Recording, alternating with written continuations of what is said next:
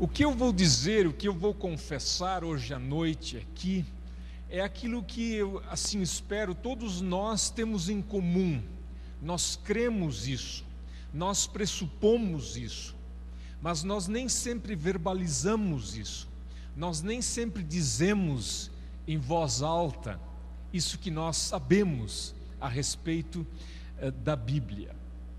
E é também o que a sociedade bíblica como tal entende ou crê, assim eu creio, a respeito da Escritura, a respeito da Bíblia. Por que uma sociedade bíblica se ocupa com Bíblia?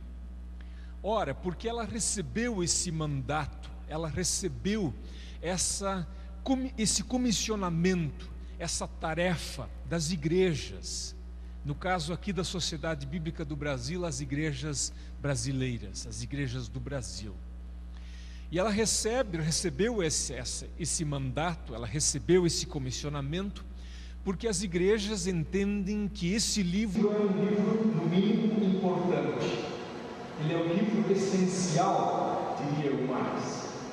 Ele é um livro fundamental para a vida das próprias igrejas. Não tanto em si da sociedade bíblica, mas das igrejas que fazem parte e que compõem a Sociedade Bíblica do Brasil. Portanto, o que eu disser hoje à noite aqui, nesse primeiro momento, é o que, de modo geral, as igrejas cristãs afirmam a respeito da Escritura, a respeito da Bíblia. O nome Bíblia, interessante, mas a palavra, embora a palavra Bíblia apareça na própria Bíblia, o termo Bíblia não é aplicado a este livro ou a esta coleção de livros dentro da própria Bíblia. Eu vou explicar melhor.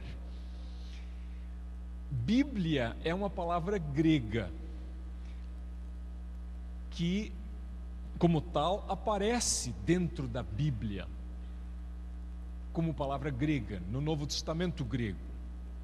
É inclusive a última palavra do Evangelho segundo São João. A última palavra no grego escrito lá em João é Biblia. Em grego eles acentuam um pouco diferente. Nós dizemos Bíblia, em grego eles diziam Biblia. Biblia significa livros. É um plural. Portanto, o termo Bíblia é um termo plural. Significa livros. O singular é biblion, livro ou rolo. E eu dizia que nunca na própria Bíblia se chama a Bíblia de Bíblia. Ela é chamada de Escritura, Escrituras Sagradas, e outros termos são usados. Palavra de Deus, mas o termo Bíblia não é usado na própria Bíblia para designar essa coleção de livros. Foi um doutor da Igreja Antiga, por nome Orígenes, que lá por volta do ano 250 depois de Cristo, usou esse termo, Biblia, para o Novo Testamento. E depois, subsequentemente, entrou para o latim, na forma de Bíblia, para designar o conjunto dos livros sagrados. E isto lá por volta do ano 800 depois de Cristo. E a partir daí se espalhou para outras línguas. E nós dizemos Bíblia, em alemão se diz Bibel, em inglês se diz Bible, em italiano se diz Bíblia, ou sei lá se pronuncia assim, se é Bíblia ou Bibia, não sei. Mas em todo caso, essa palavra grega foi transferida ou levada para outras línguas e ela faz parte também da nossa linguagem. Usa-se também o termo Bíblia num sentido figurado. Muitas vezes se diz ou se lê que tal e tal livro é uma Bíblia disso ou daquilo.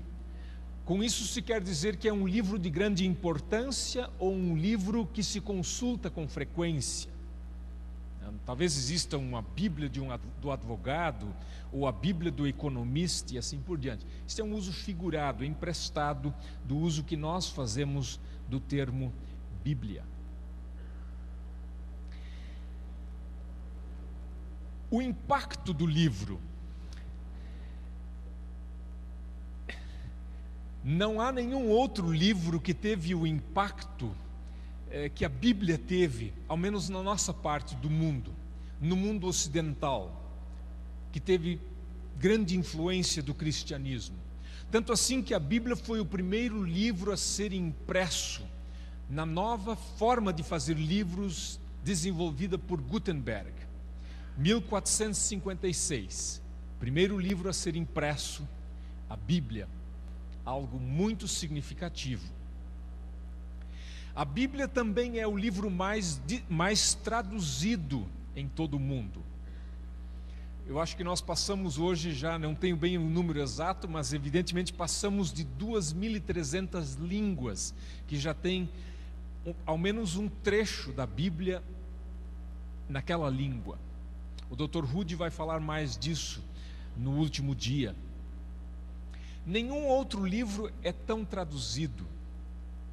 Estava lendo outro dia ainda uma reportagem sobre essas famosas histórias das 1001 noites.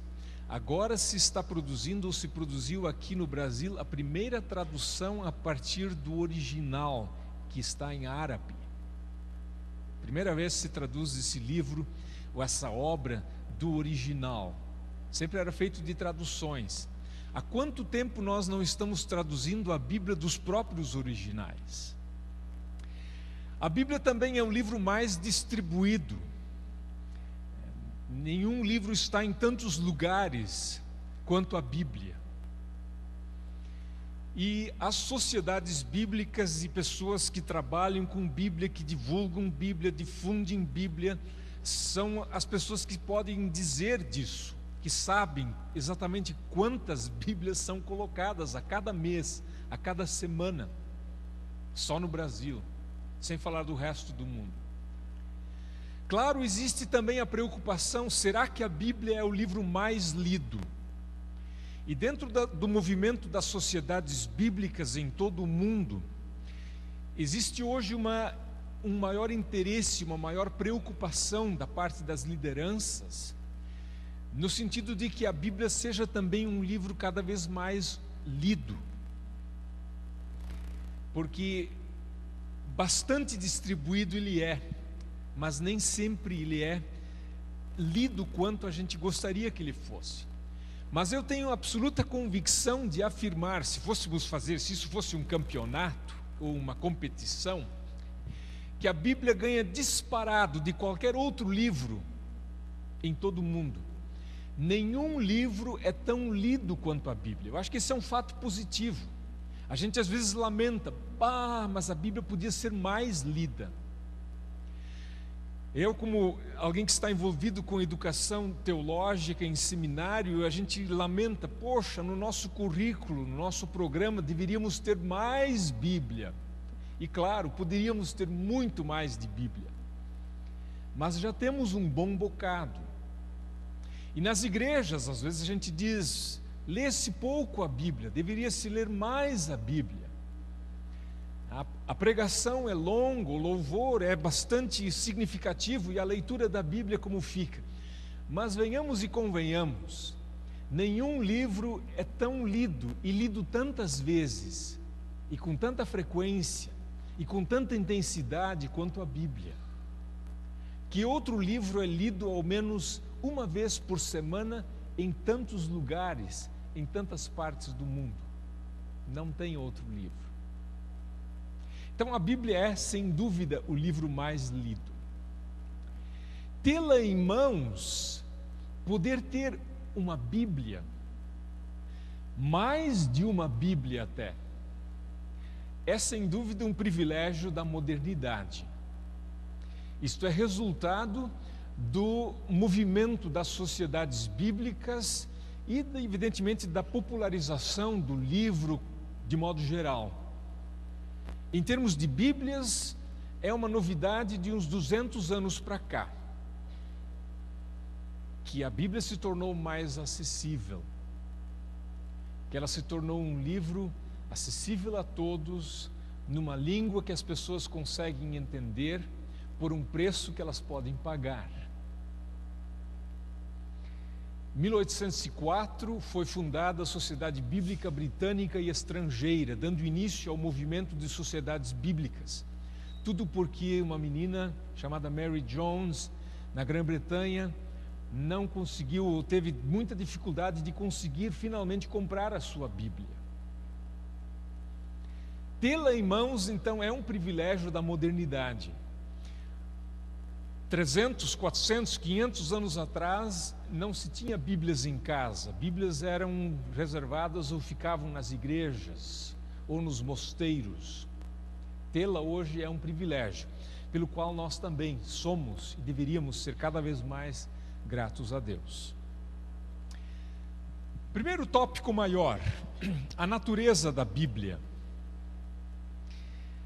Que livro é esse?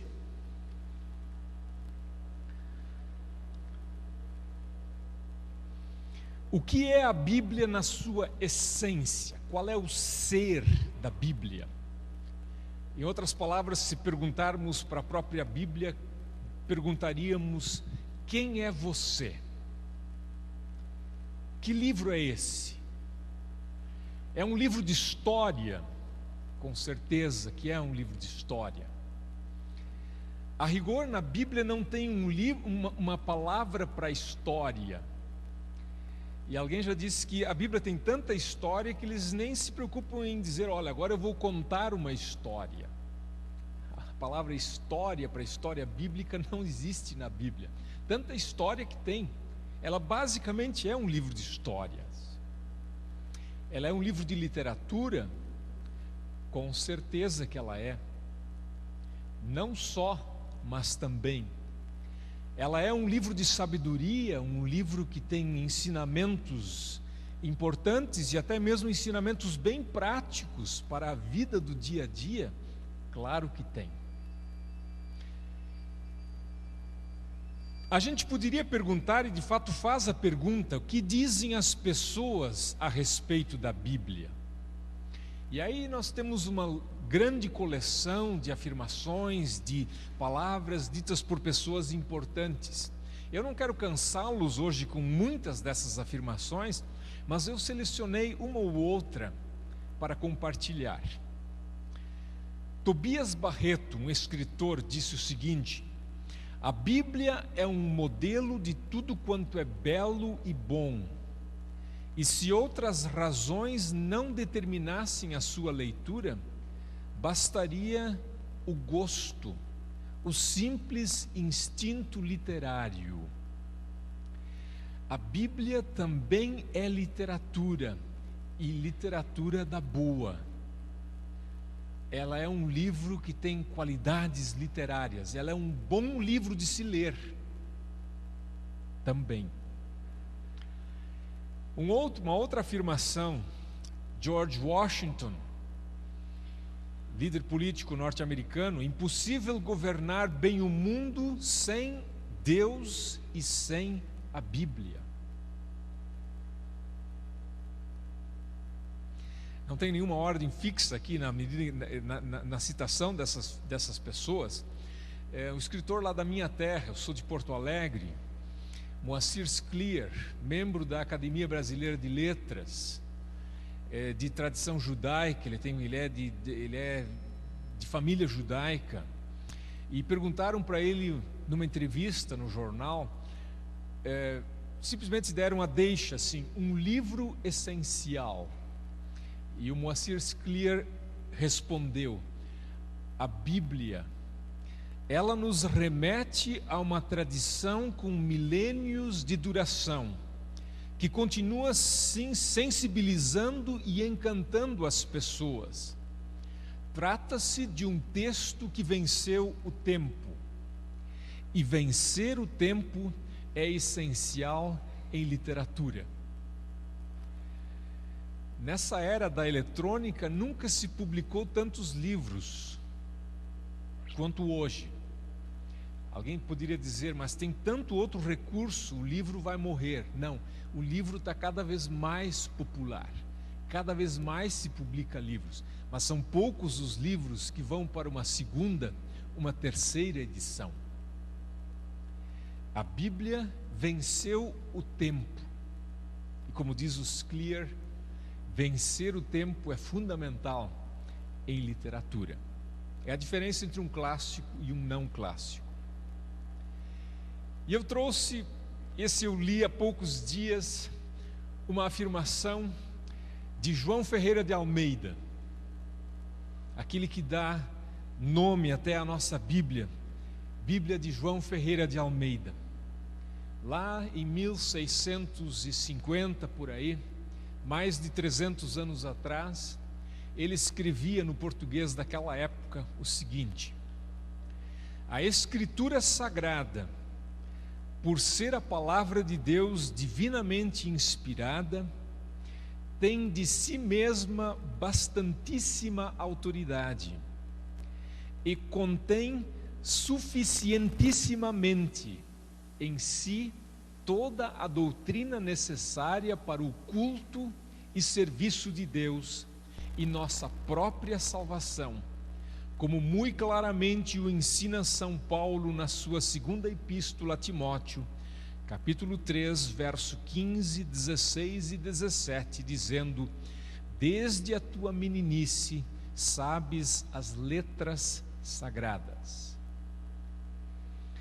Este é o nosso Almeida, falando lá em 1650, 60 por aí. Essas são pessoas falando a respeito da Bíblia.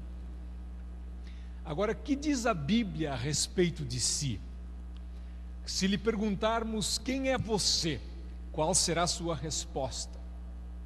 Quem você diz que você é? Ora, a Bíblia não fica o tempo todo falando de si mesma. Ela tem outras coisas e outra mensagem bem mais importante para transmitir do que falar de si, mas ela também fala de si. E um texto bíblico que descreve a natureza da Bíblia é o texto de 2 de Pedro, capítulo 1, versículo 21, um texto seguramente familiar de todos, um texto bastante conhecido. Esse texto fala, por assim dizer, de duas naturezas da Escritura Sagrada. E a gente pode fazer a ponte e dizer que a Escritura Sagrada, a Palavra de Deus, ela compartilha, ela tem muito em comum com a pessoa de nosso Senhor Jesus Cristo, verdadeiro Deus e verdadeiro homem. Assim também a Bíblia é palavra de Deus e ela é palavra de homens. Ela é palavra humana também.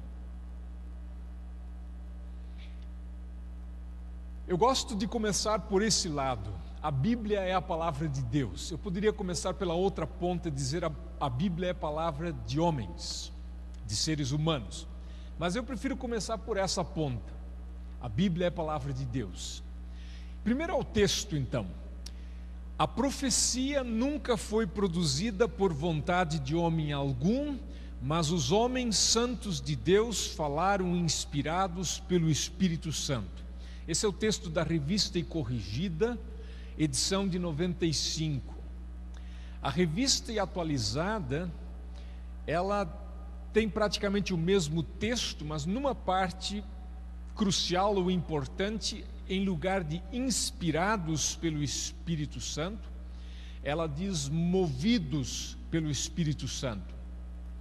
No Novo Testamento interlinear, que respeita a sequência das palavras gregas, diz: pelo Espírito Santo movidos, falaram da parte de Deus homens. Os homens, os seres humanos entram, mas eles aparecem no fim, e isso certamente também tem ênfase. Aquilo que a gente diz no final também tem ênfase.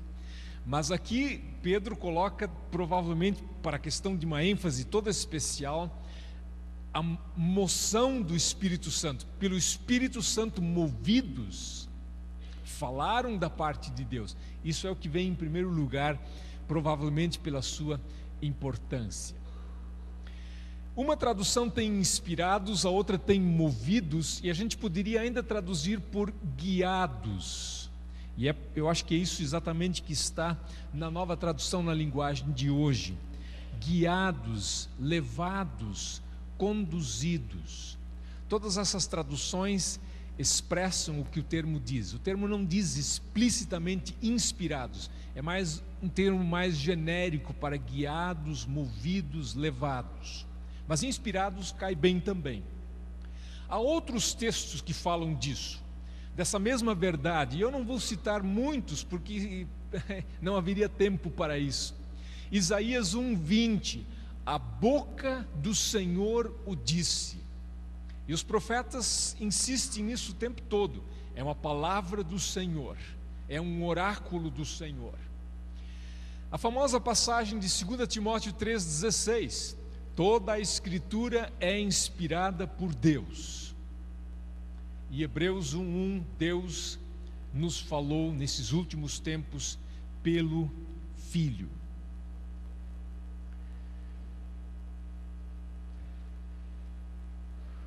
A maioria dessas afirmações a respeito da Escritura, ou ao menos a maioria das que eu citei aqui, aparecem no Novo Testamento. Até mesmo essa passagem de 2 de Pedro 1:21, bem como a 2 Timóteo 3,16, elas têm em vista primariamente o Antigo Testamento. Nós podemos aplicar ao Novo, mas alguém mais esperto vai dizer, mas pastor, isso de que livros afinal ele está falando? De que escrituras ele está falando?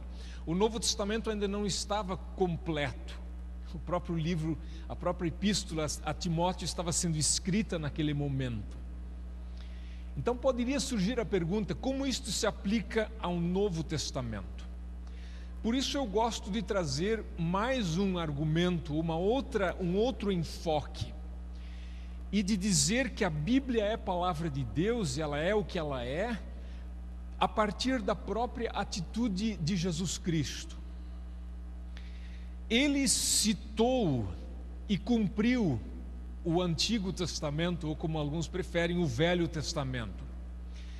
Na tentação, no deserto, ele citou as Escrituras com autoridade. Ele cumpriu, ele disse que ele não veio para anular ou colocar de lado, mas para cumprir a lei e os profetas. E, mais significativamente, ele deixou encaminhado o Novo Testamento. E a passagem-chave para isso é esta de João 14:26. O Consolador vos ensinará todas as coisas e fará lembrar de tudo o que vos tenho dito. Geralmente nós lemos essa passagem, essa palavra, aplicando-a a nós. E com certeza ela pode ser aplicada a nós. Se nós entendemos alguma coisa dessa palavra, não é por nosso entendimento natural. As coisas mais importantes, elas se discernem espiritualmente. Nós precisamos da ação do Espírito Santo para entendê-las, deste que é chamado de Consolador. Agora, quem são estes vós, este vós? O Consolador vos ensinará a vocês. A quem ele está se dirigindo? Ora, Jesus se dirige aos seus discípulos, aos apóstolos. E ao dizer isso, ele, por assim dizer, deixa encaminhado o Novo Testamento, que os apóstolos haveriam de escrever, a partir daquilo que o Consolador faria lembrar. Isso se aplica de modo todo especial, então, aos evangelhos. Portanto, os apóstolos de Jesus nos deram basicamente duas coisas. Eles nos deram, em primeiro lugar, um Antigo Testamento interpretado como livro de Cristo. E nisso eles não foram inovadores, eles apenas seguiram os passos do próprio Mestre. Jesus diz que as Escrituras testificam dele. E ele abriu as Escrituras e mostrou onde elas falavam a respeito dele e, de modo especial, a respeito do seu sofrimento. Então, eles deram a nós e à igreja o Antigo Testamento interpretado como livro de Cristo. Esse é o legado dos apóstolos. E também deram o seu testemunho de que Jesus é o Cristo. O primeiro, o Antigo ou Velho Testamento, já era um livro. Tanto assim que às vezes nós dizemos, e dizemos corretamente, que a igreja cristã nasceu com um livro no berço. E esse livro era a Bíblia, no caso, o Velho ou Antigo Testamento. Já estava pronto. O segundo, que é o testemunho apostólico a respeito de Jesus como Cristo, veio a ser um livro, o Novo Testamento. E essas duas partes, Antigo e Novo, formam a Escritura Sagrada. Quando se fala de Bíblia como palavra de Deus, nós geralmente entramos no campo daquilo que se chama de doutrina da inspiração. E o próprio texto de Timóteo fala da Escritura como divinamente inspirada ou inspirada por Deus. Há uma diferença entre revelação, inspiração e uma decorrência disso, que é a questão da autoridade. Uma das afirmações básicas da teologia é de que Deus existe e Deus se revela. Deus se revela, Deus se revelou, e se revelou magistralmente e como nunca antes o fizera na pessoa do seu Filho. Então a Bíblia é revelação de Deus, mas Deus não se revelou só na Bíblia, Ele se revelou também antes de a Bíblia ser escrita. Quando nós falamos então de inspiração, nós falamos de revelação especificamente desse texto que aqui está. Então a Bíblia é a revelação inspirada de Deus. Quando falamos de inspiração, nos referimos mais especificamente à Escritura. E é em função desta revelação e inspiração que a Escritura ou a Bíblia tem autoridade. Alguém poderia argumentar, a Bíblia tem autoridade na igreja porque tradicionalmente ela tem essa autoridade. E porque nós decidimos dar-lhe essa autoridade e assim por diante. Mas a própria Bíblia também fala com autoridade, ela diz que ela tem essa autoridade. E os profetas e os apóstolos que aqui falaram com autoridade porque falaram em nome de Deus. Então é difícil, ou é muito mais fácil dizer a Bíblia tem autoridade porque ela tem um autor que é autoridade, e este autor é o próprio Deus. Às vezes se diz que a Bíblia é apenas resposta humana à revelação de Deus. Claro que ela é resposta humana, ela foi escrita por pessoas, ela foi escrita por seres humanos, não por anjos, mas ela não é apenas a resposta, ela é também ela própria a revelação de Deus. Homens inspirados ou texto inspirado? Ora, as duas, mas o que nós temos hoje de fato é um texto inspirado. Os homens inspirados não permaneceram, mas o texto inspirado, este sim, este ficou. Quanto ao processo da inspiração, ele não é descrito ou explicado. Aí nós precisamos silenciar onde a Escritura silencia. Ela não nos dá detalhes de como foi ou como não foi. Confessar isso, dizer que a Bíblia é palavra de Deus, é de fato um testemunho de fé e um ato de louvor. Nós o fazemos na igreja com a maior tranquilidade. Em academias, em universidades, em seminários, nem sempre é a coisa mais normal ou natural de se fazer, de confessar e dizer: a Bíblia é a palavra de Deus. Eu, graças a Deus, cresci dentro dessa confissão. E por mais que tenha andado para cá e para lá, nunca abri mão dessa confissão e dessa convicção básica. E louvo a Deus por isso. Eu não entendo tudo, eu tenho também as minhas dúvidas, mas eu não parto, não me afasto dessa confissão básica. Esta é a palavra de Deus, e por isso eu a amo e a prezo, apenas por isso. Prioritariamente, é claro, vem a fé em Jesus Cristo. Eu não creio na Bíblia e aí eu creio em Jesus. Não, eu creio em Jesus e porque a Bíblia me fala de Jesus, eu creio nela. Eu levo ela a sério. Mas o caminho não é Bíblia para Jesus, é de Jesus para a Bíblia. Muito antes de eu ler a Bíblia, eu já cria em Jesus, graças a Deus. E muita gente que nunca leu a Bíblia, eles próprios, com seus próprios olhos, creram e creem em Jesus, e são felizes e vão para o céu. É também uma confissão na qual se cresce. Como eu disse há pouco, eu tenho meus altos e baixos, minhas idas e vindas. Às vezes me pergunto, mas será que esta é a palavra de Deus? Isso que aqui está escrito? É possível que esta afirmação seja? Mas eu vou crescendo e vou subindo e descendo, a gente vai naquele tobogã assim, né? E eu não tenho nenhum receio em fazer essa confissão. Uma outra afirmação que precisa ser feita é de que a Bíblia é o acesso à casa, não a casa como tal. Ela não é o fim da nossa caminhada, nós não ficamos dentro dela, mas vamos através dela, ou ela que nos leva, ela nos dá acesso à casa do Pai. Ela não é um fim em si ou o fim último, não é aí que nós paramos. Nós a prezamos e amamos por aquilo que ela faz conosco, por aquilo que ela nos dá. O próprio apóstolo Paulo diz isso.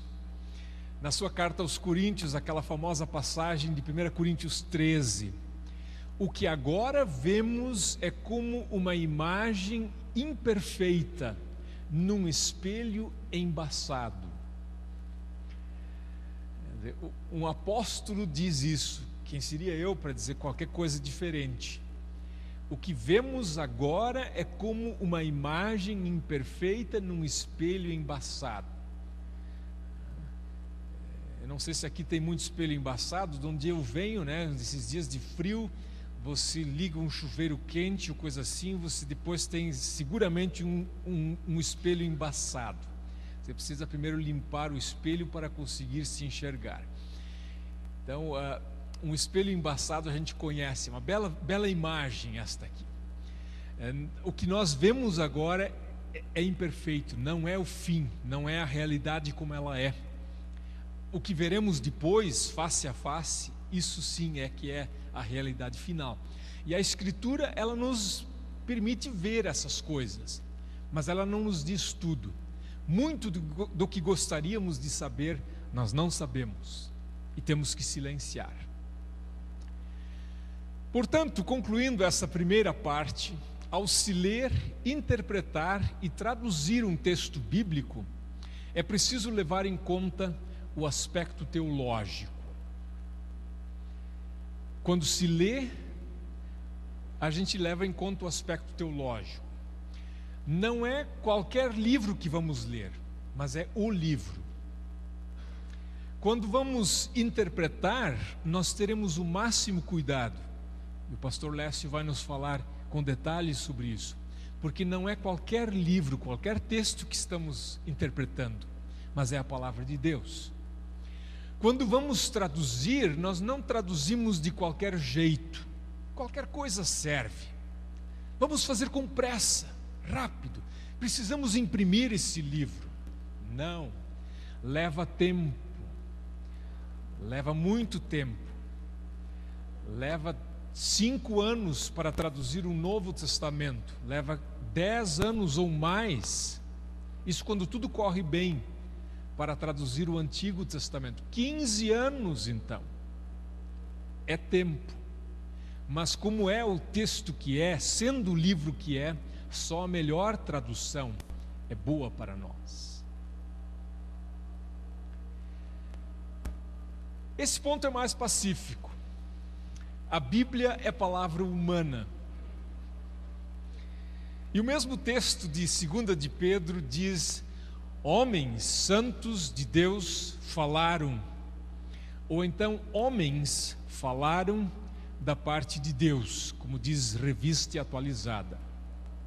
Pessoas falaram, pessoas escreveram. O livro de Atos diz: Deus falou por boca de seus santos profetas. Antes eu tinha a passagem de Isaías: a boca do Senhor o disse. Agora tem a passagem que diz: Deus falou por boca dos seus santos profetas. Hebreus 1:1 diz, e agora vem o texto mais completo: havendo Deus outrora falado muitas vezes e de muitas maneiras aos pais pelos profetas. Quer dizer, Deus falou, e Ele falou aos pais pelos profetas. E essa é uma bela passagem. Essa é uma passagem, é um texto muito bem escrito na Bíblia. Hebreus 1:1. A rigor, os primeiros 4 versículos. Hebreus 1:1-4. Uma das porções mais bem escritas do Novo Testamento. E a própria tradução reflete isso, pela sua cadência, pelo seu ritmo, pela maneira como está. Aqui nesse texto, nós temos um pequeno reflexo do que é o texto no original. Diz: muitas vezes, muitas maneiras, pais, profetas. Temos uma expressão começada com M, uma outra expressão começada com M, muitas vezes, muitas maneiras, e 2 palavras com P, pais, profetas. No texto grego são 4 palavras, todas elas começadas com essa consoante P. P, P, P, P.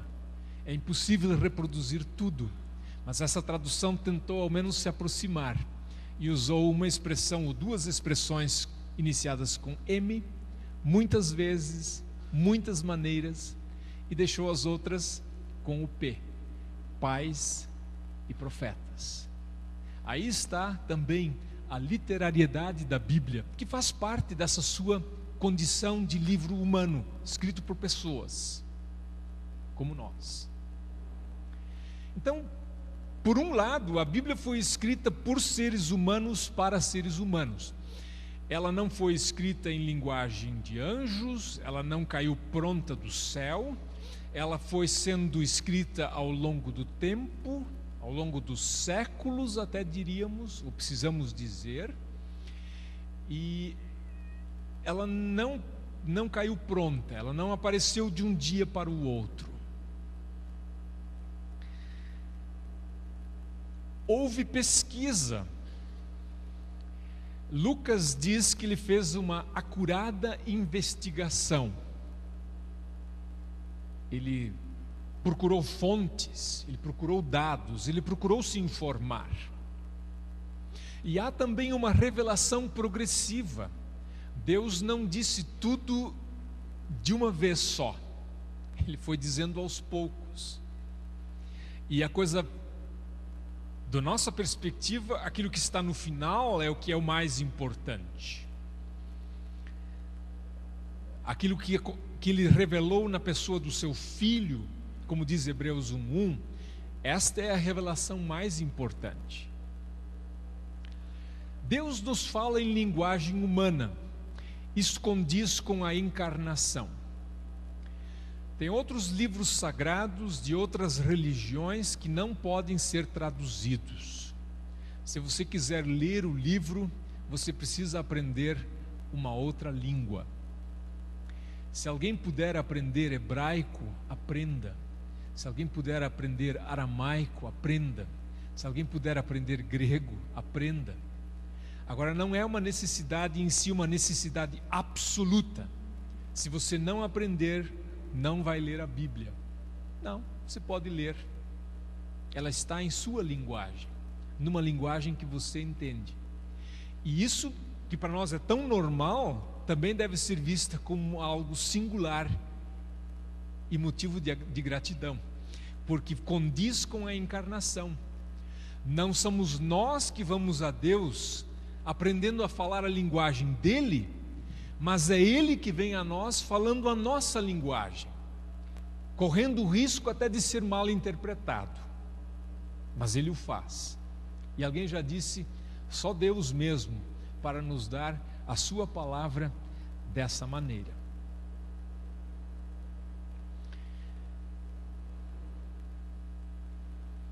A Bíblia é palavra humana. Não podemos e nem devemos ignorar isso. Quando não se leva isso em conta, a gente pode facilmente cair no que se chama de interpretação alegórica. Uma das coisas que muito se fez ao longo da história da igreja foi interpretar alegoricamente. Hoje ainda se faz. O que é interpretar alegoricamente? É tomar a seguinte atitude: o texto diz isso, mas o sentido é outro. Não pode ser isso. Isso não pode ser tão simples assim. Tem que ter um outro sentido, tem que ter algo mais profundo ou mais elevado, enfim, não pode ser isso. O que Deus realmente está querendo dizer? Não, Ele está dizendo que está escrito aqui. Não pode driblar as palavras, tem que levar as palavras a sério, tem que levar o texto a sério. Não tem nada por trás que não esteja no texto, talvez esteja nas entrelinhas, entre as palavras, no contexto, no conjunto, mas nenhuma outra mensagem escondida, oculta por trás das palavras. Quando não se leva o lado humano da Bíblia suficientemente a sério, nós facilmente entramos para isso. Não, tudo é palavra de Deus, Deus diz coisas mais importantes do que essas. Aí existe um risco. E ao se traduzir, ler e interpretar um trecho bíblico, é preciso considerar os aspectos histórico e linguístico literário. Não tem como fugir de estudar história para se estudar a Bíblia mais aprofundadamente. E história faz parte da nossa realidade, é a nossa história. Então tem que estudar história. O lado linguístico literário, se você quiser traduzir a Bíblia, você precisa estudar as línguas, se quiser traduzir do original. Quem não conhece os originais não conseguirá traduzir. E quem conhece ou sabe um pouquinho mais da dimensão literária da Bíblia poderá melhor apreciar e valorizar esse lado ou essa dimensão literária que ela tem. Ela não é só literatura, mas ela também é literatura. E por ser o que ela é, por ter essa dimensão histórica, linguística e literária, existe diversidade dentro da Bíblia. Ela não é um livro no mesmo nível do começo até o final.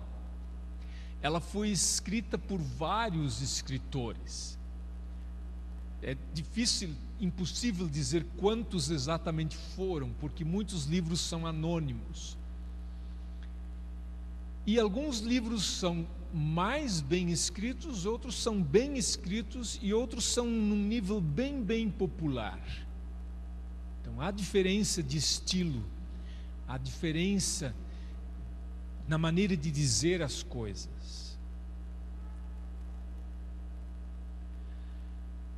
Cada palavra bíblica é verdadeira em seu contexto, também isso é verdade.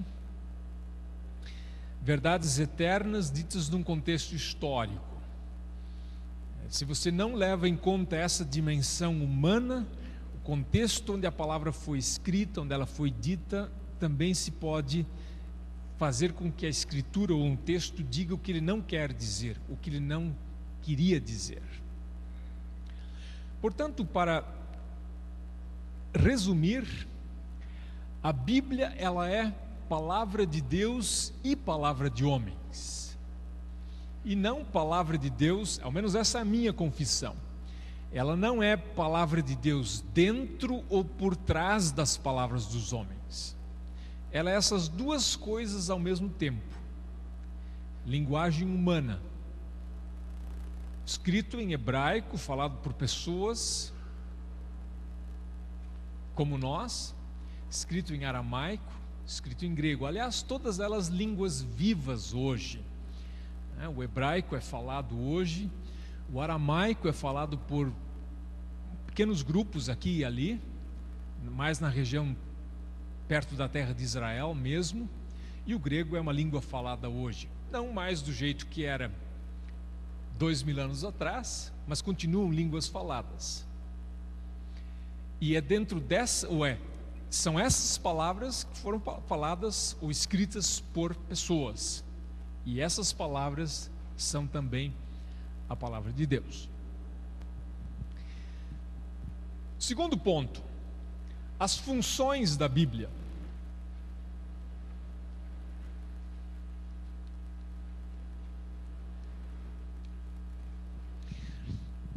O termo função nos faz perguntar pela utilidade ou serventia da Bíblia. Para muitos, serve para que é mais importante do que o que é isso. Até agora estivemos falando sobre que livro é esse. A pergunta normalmente é para que serve. E às vezes até quando a gente pergunta o que é isso, a gente está implicitamente perguntando para que serve. O que eu posso fazer com isso? A resposta a essa pergunta sobre as funções, o que dá para fazer com ela, o que ela quer fazer conosco, essa resposta vem na segunda carta a Timóteo 3,16. Ela é útil ou proveitosa para o ensino, para a repreensão, a correção, para a educação na justiça. Eu coloquei entre parênteses o texto mais antigo da Revista e Corrigida. Ela é proveitosa para ensinar a verdade, condenar, ou melhor, não é o texto mais antigo, mas o texto mais recente da linguagem de hoje. Ensinar a verdade, repreensão significa condenar o erro, correção é corrigir as faltas, e educação na justiça é ensinar a maneira certa de viver. Outra vez um texto bem escrito, porque as pontas se tocam e a parte do meio se toca. São 4 itens, mas os de fora, o ensino e a educação têm muito em comum. E repreensão e correção também têm muito em comum. De sorte que a gente poderia dizer, daria para resumir em 2 partes: para ensinar e para corrigir.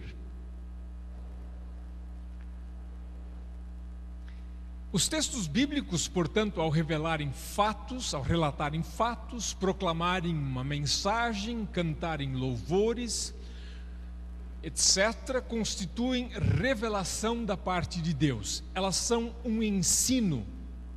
Para que serve então? Serve para ensinar, especialmente para ensinar aquilo que sem esse livro a gente não conhece, a gente não sabe. E aquilo que a gente não sabe, aquilo que a gente precisa conhecer é a vontade final de Deus quanto à fé e à vida. Essa é uma maneira bonita de resumir a mensagem da Bíblia. O que tem na Bíblia? O que ela ensina? Bom, ela ensina sobre fé e vida. Fé é o que crer, ou melhor, em quem crer. E vida é como vamos viver. E a igreja cristã, quando ela quer responder essa pergunta, em quem crer, ela vai à Bíblia. Como viver, ela busca orientação na Escritura. Além de ser uma palavra que ensina, ela também é palavra de poder. E isso todos nós sabemos muito bem, mas às vezes também quase que não nos damos conta disso. Ela é uma palavra de poder. 2 Timóteo 3 diz que a Escritura serve para repreender e corrigir. Como palavra de poder, ela é poderosa desde que Deus começou a falar, ao menos segundo o registro bíblico. Deus disse: haja luz e houve luz. Há outros textos que confirmam isso, textos por demais familiares, né? Isaías 55, a palavra que sair de minha boca não voltará para mim vazia. O que é uma palavra voltar vazia? Na dúvida, a linguagem de hoje explica para nós, diz: não volta sem ter feito o que eu quero. Ela não volta de mãos abanando, nós diríamos. Ela volta tendo feito o que ela quer fazer. Jeremias 23, 29. Não é a minha palavra como fogo, diz o Senhor, como um martelo que esmiuça a penha. Muita gente tem dificuldade de entender o que é penha, por isso a linguagem de hoje coloca a marreta que quebra grandes pedras. É difícil quebrar uma penha com um martelo, você já precisa mais de uma marreta mesmo. Mas é assim que é a Escritura, é assim que é a palavra de Deus. Romanos 1,16, o Evangelho é o poder de Deus para a salvação de todo o que crê. E a famosa passagem de Hebreus 4,12, a palavra de Deus é viva e poderosa, corta mais do que qualquer espada afiada dos dois lados, ela vai até o lugar mais fundo da alma. E a Escritura tem esse poder porque ela nos traz o Verbo, a palavra encarnada, o próprio Cristo, pelo poder do Espírito Santo. E agora vem talvez aquilo que possa ser novidade. Espero que não seja, mas talvez seja. Os livros bíblicos, de modo geral, foram escritos para causar alguma transformação. Nós geralmente achamos que eles foram escritos para trazer informação, e está correto. É uma palavra de revelação. Essa palavra nos vem para nos ensinar, para nos informar de algo, mas ela também vem para causar transformação. Deus convence na sua palavra e por meio dela, e ela tem por isso um lado pragmático ou retórico. E isso, por estranho que possa parecer, é alguma coisa que se está recuperando em termos de estudos bíblicos num nível acadêmico. De uns 30 anos para cá, existe em termos de estudo da Bíblia, em faculdades, universidades, seminários, uma nova ênfase na dimensão retórica da Bíblia. Fala-se em crítica retórica, ou criticismo retórico. Eu pessoalmente prefiro falar em análise retórica, que é um termo mais neutro. É olhar para o texto e perguntar para o texto: onde é que está a força do texto? Como é que ele me atinge? Como é que ele procura me convencer de alguma coisa? Não só perguntar o que está dizendo, está certo, está errado, é verdade ou não é, mas perguntar qual é a força do texto, onde é que está o seu impacto, como é que ele me atinge. E a Bíblia tem um lado retórico, pragmático, no sentido de que ela faz algo. Pragma em grego significa um feito, uma ação. Então pragmático significa ela faz algo. E os livros bíblicos foram escritos para isso. A mensagem foi proclamada para alcançar um objetivo. Deuteronômio 30, vê que hoje proponho a vida e o bem, a morte e o mal. Escolhe, pois, a vida. Jeremias: assim diz o Senhor dos Exércitos, o Deus de Israel: emendai os vossos caminhos, ou a vossa vida e as vossas obras, ou a vossa maneira de agir, e eu vos farei habitar nesse lugar. O exílio do povo não era uma coisa absolutamente inevitável, tinha que acontecer. Não, tinha volta, tinha como evitar. Só que o povo não acolheu a palavra. No Novo Testamento, Lucas 1:4, eu peguei um texto da lei, um dos profetas, agora um evangelho e depois uma epístola. Lucas 1:4, o evangelista escreve para que tenhas plena certeza das verdades em que foste instruído. Ele quer que alguma coisa aconteça, que essa pessoa que já foi instruída, que ela tenha plena certeza, não só certeza, mas plena certeza das verdades em que ela foi instruída. E a carta aos Gálatas, talvez um dos textos mais retóricos de todo o Novo Testamento. Para a liberdade foi que Cristo nos libertou. Permanecei, pois, firmes e não vos submetais de novo a jugo de escravidão. Vocês foram colocados no campo da liberdade. Mas os cristãos das igrejas da Galácia, eles estavam perigosamente indo do outro lado, caminhando para o pântano, para as areias movediças, para o precipício, se quiserem, de novo da lei, da circuncisão. E o que diz o apóstolo? Ele escreve e diz: olha, eu tenho uma coisa para vos informar, eu tenho um assunto importante para comunicar. Não, ele comunica isso porque ele quer segurá-los, ele quer puxá-los de volta, ele quer exatamente isso, que não vos submetais de novo a jugo de escravidão. Esse é o lado pragmático, retórico. A carta foi escrita para segurar os cristãos no Evangelho. Por fim, a finalidade da Bíblia. Função é aquilo que ela faz. Em outras palavras, ela mexe com a gente. Ela nos ensina e mexe com a gente. Agora, a finalidade, qual é o fim dela? Para onde ela quer nos levar? Qual é o grande objetivo dela? E aí a gente diz que, em primeiro lugar, ela não tem o objetivo que muita gente gostaria que ela tivesse, ou seja, que ela matasse a sua curiosidade sobre uma série de coisas ou respondesse um bom número de perguntas que nós temos, que são até, eu acho, legítimas, mas que ela não responde. Por quê? Porque não é esta a sua finalidade. Para muitos, a Bíblia é um livro de enigmas e mistérios.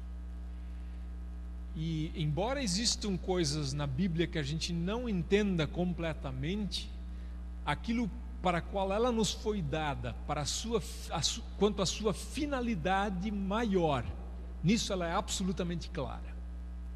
Não tem nenhuma confusão, não tem nenhuma coisa obscura ou enigmática.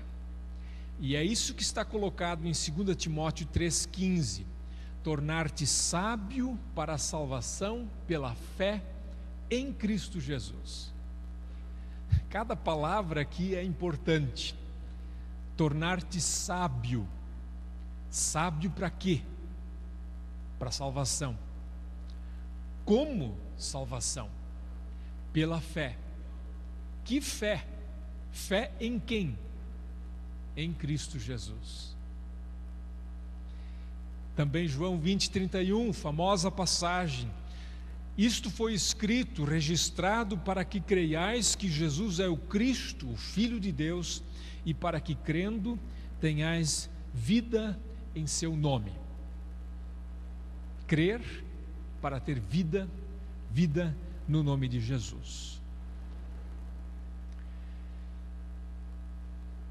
Resumindo e concluindo, basicamente a palavra de Deus nos vem como uma mensagem dupla. E essa é uma outra maneira interessante de resumir a mensagem bíblica. Alguém escreveu uma vez um livro dizendo o não de Deus e o sim de Deus. Então tem momentos em que Deus diz não, e há momentos em que Deus diz sim. E esse não, ele geralmente diz para os nossos projetos ou as nossas ideias, especialmente quando se trata de a gente achar a salvação é do jeito que eu quero. E aí Deus diz: não. A gente chamaria isso também de lei. E aí Deus diz: mas é como eu decidi, como eu planejei e executei. E essa é a boa notícia do Evangelho. Este é o sim de Deus. E através deste não e sim é que Deus nos leva para onde Ele quer nos levar. E é diante dessa fé, diante dessa convicção fundamental de que Deus quer nos levar para a sua casa com essa mensagem, é que nós, em profundo respeito, nos submetemos ao ensino da Bíblia, confessando que nela Deus revela e oferece a salvação em Cristo, e por isso o cristão aceita a Bíblia como autoridade final sobre a sua fé e a sua vida. O salmista confessa: vê como amo os teus ensinamentos, ó Senhor. Conserva-me vivo por causa do teu amor. Todas as tuas palavras são verdadeiras. Os teus mandamentos são justos e duram para sempre. Eu amo o teu ensino. Conserva-me vivo por causa do teu amor, não porque eu amo o teu ensino, mas porque o teu amor vem antes, e porque o teu amor é tão grande, eu te amo e amo os teus ensinamentos. Que essa seja também sempre a nossa confissão, essa do salmista no Salmo 119. Portanto, irmãos e irmãs, eu vou parando por aqui. Eu falei um pouco sobre a dimensão divina da Escritura e um pouco sobre a dimensão humana da Escritura. Os irmãos e as irmãs vão perceber que daqui para frente, especialmente amanhã e depois, nós estaremos falando bastante sobre a dimensão humana da Escritura. Não se escandalize, não se ofendam com isso. Por isso essa afirmação inicial é importante, para que tenham certeza de que nós, que aqui estamos palestrando, e a Sociedade Bíblica do Brasil, nada quer tirar e nem vai tirar dessa confissão básica, de que esta é a palavra de Deus. Mas, nesse seminário de ciências bíblicas, estaremos nos dedicando mais a questões, de certa forma, mais ligadas a essa dimensão humana da Escritura.